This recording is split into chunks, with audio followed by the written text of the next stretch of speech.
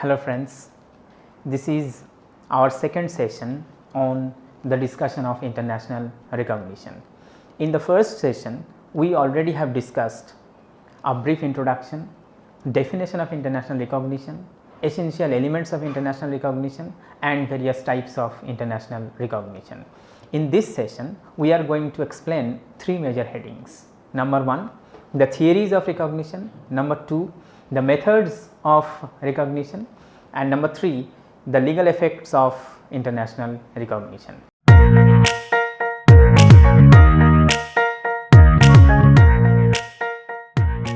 So, to begin with the theories, there are two theories on the point. First is constitutive theory and the other is declaratory theory. Under this heading of constitutive theory, we will explain four subheadings. Number 1, the supporters of this theory, their proposition, that means what the supporters want to say. Thirdly, some examples, and fourthly, the criticism made against this constitutive theory. So, first the supporters. There were four main supporters of this constitutive theory, namely Hegel, Angelotti, Holland and Professor L. Oppenheim. Now, their proposition. According to this theory, international recognition goes to the root of the constitution or formation of a state. A state cannot become international personality or cannot become a complete state until and unless it is recognized by already existing states. So, it goes to the root or to the constitution of a newly born state. According to Holland, a state cannot be said to have attained maturity unless it is stamped with the seal of recognition. Professor L. Oppenheim also said that a state is and becomes an international person through recognition only and exclusively. Now, some examples. To begin with, the Treaty of Versailles, which was signed between Germany and the Allied forces. You know, the Allied forces that time included US, UK, France, Italy and Japan. This Treaty of Versailles was signed on 28th June 1919. This officially put an end to the World War I, and through this treaty, two new states were recognized. They got international recognition. The states were Poland and Czechoslovakia. Another example, in 1945, division of Germany into East Germany and West Germany. Though eventually there was a unification of Germany on 3rd October 1990. Another example is division of Korea into North Korea and South Korea. That was also in the year 1945. These were some examples of giving international recognition to some states. Now comes the criticism. There were criticisms made against this constitutive theory. Now, if we accept constitutive theory, that means if a newly born state, until and unless it is not recognized by other states, it cannot acquire international personality. That would give rise to another point, that the existing states then will be under some obligation to give recognition or to recognize newly born states. But in practice, states do not accept such an obligation upon them, that is to recognize newly born states. For example, China was not recognized for years by USA and some other Western countries. Bangladesh was not recognized by Pakistan and China for some time. So, states in practice, they do not accept that they are under some international obligation to give recognition to newly born states, so that they can become full-fledged state or they can acquire complete international personality. So, this was the criticism which was made against constitutive theory. Now comes the other theory, that is declaratory theory. There were supporters as well. Declaratory theory was supported by Hall, Wagner, Pitkovet, Fisher, Brearley. Now, according to this declaratory theory, what the supporters say, that recognition is not having a constitutive character. It is a thing which is having declaratory character. That is, recognition is formally an act of declaring the already existing facts. What are those facts?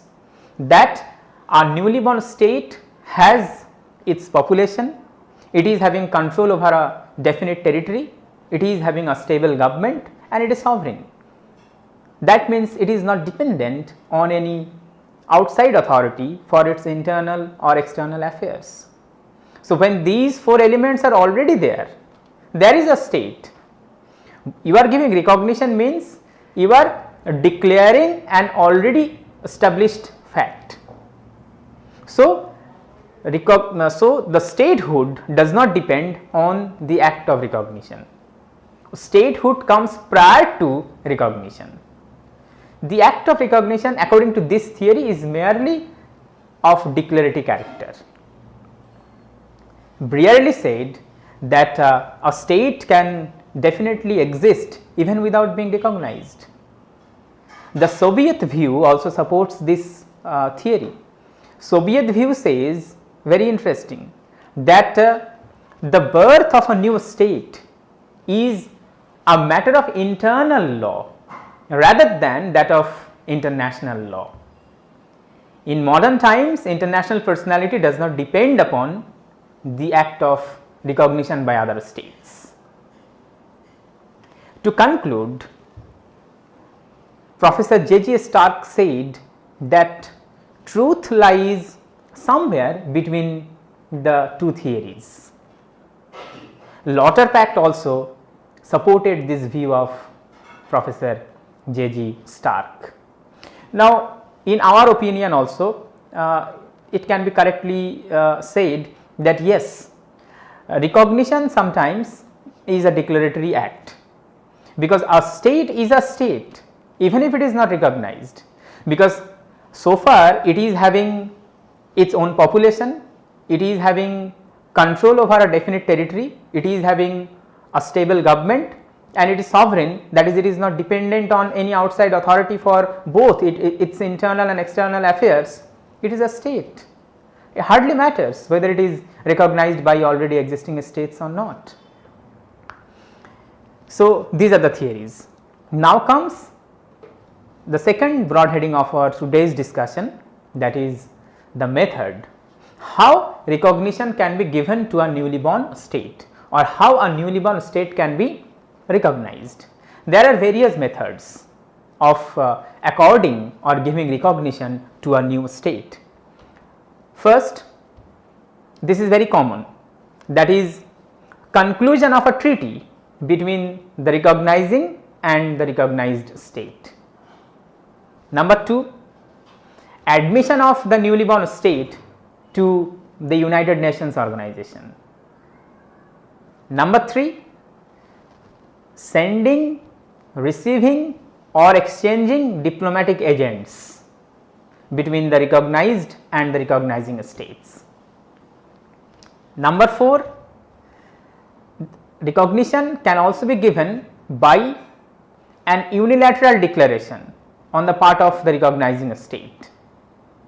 Sometimes recognition can also be given by a collective note or by a collective declaration by a group of states. Recognition can also be given by formally appointing a state's consul in the newly born state. So, these are the methods of recognizing a newly born state. Now comes the third broad heading, that is the legal effects of international recognition. There are many legal effects, but 4 important legal effects of international recognition are: number 1, diplomatic relations can be fully established between the recognizing and recognized states. Number 2, the newly born state which is recognized by other states can now enter into treaty with other states. Number 3, the newly born state which is recognized, it can sue and it also becomes liable to be sued in the courts of recognizing states.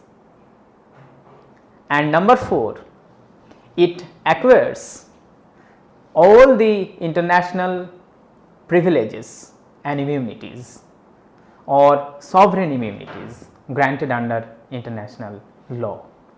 So, up to this, to wrap up quickly both the sessions, the points we have discussed in both the sessions are: number 1, brief introduction; number 2, definition; number 3, essential elements; number 4, various types of recognition; number 5, the theories of recognition; number 6, the methods of giving recognition to a newly born state; and number 7, the last point, is the effects of recognition.